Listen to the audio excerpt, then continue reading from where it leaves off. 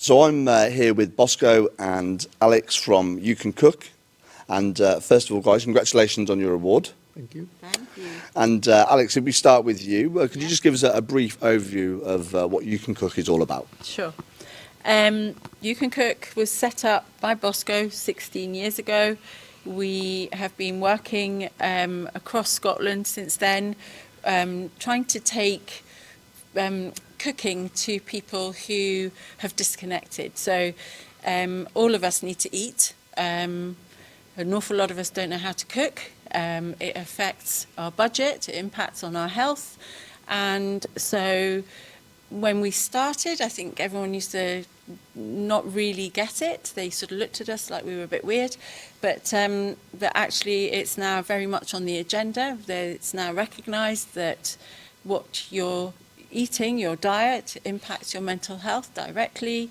And so it's really important. So people really are listening. We work with housing associations, we work in education, and there's an awful lot of work to be done, and we can see that people want to learn because we have people that turn up all the time. And these are some groups that come from very challenging backgrounds. So it's good fun. We try to make it enjoyable. Well, it is good fun, and we walk away knowing that we have impacted on people's individual lives. And can you tell me a little bit more about how the workshops generally run and what the sort of format is during those? So we're mobile. We turn up at a venue and working with our clients, and we will cook two recipes.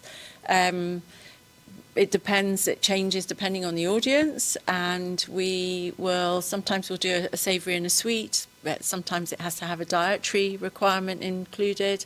But the focus is around it being uncomplicated, reachable.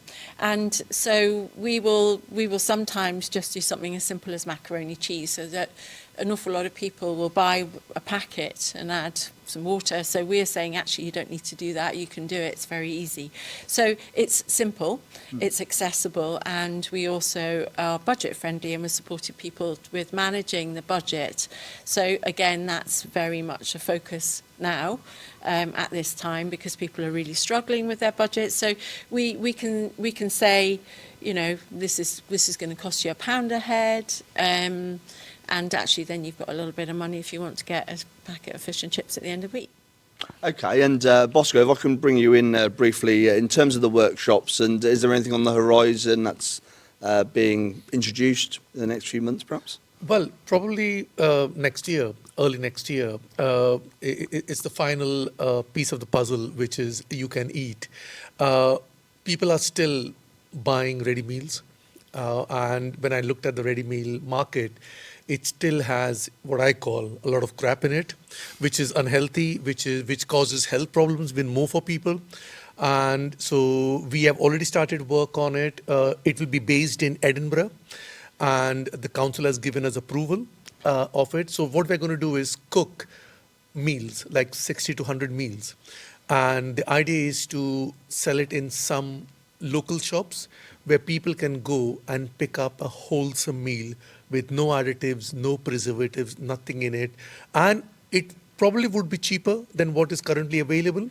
But also, because we're a social enterprise, 20% of it will be given to people on low income or disadvantaged communities who can't afford it. So part of our ethos of our organization is 80% to sell and make the money, 20% to give it to people who can't afford. So that's what's on the horizon at the moment.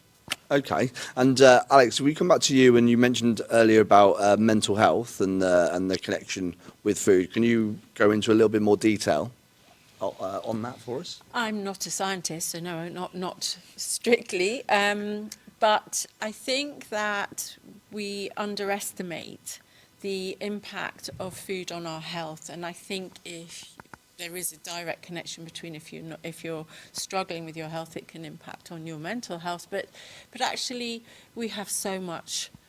We're fighting a food industry which is enormous, which is allowed to deliver poor quality.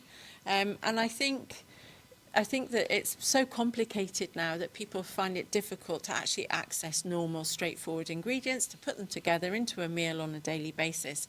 And if you go back 100 years, you know, you didn't have the same issues, and I think people made the most of what they had. And I think now people don't know what that skill is. And I think giving people a skill builds your resilience, which definitely impacts long term on your mental health anyway.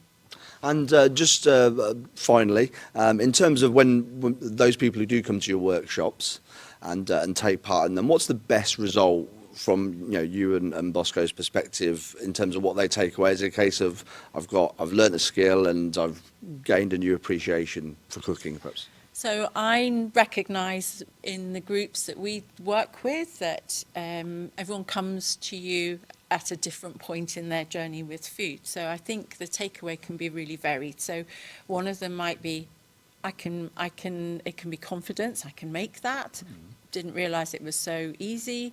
Or it could just be an inspiration thing. But it could also be just a wake-up moment. Wow, I haven't really thought about this. So we're supporting them with information and guidance, and actually saying this can be really good fun.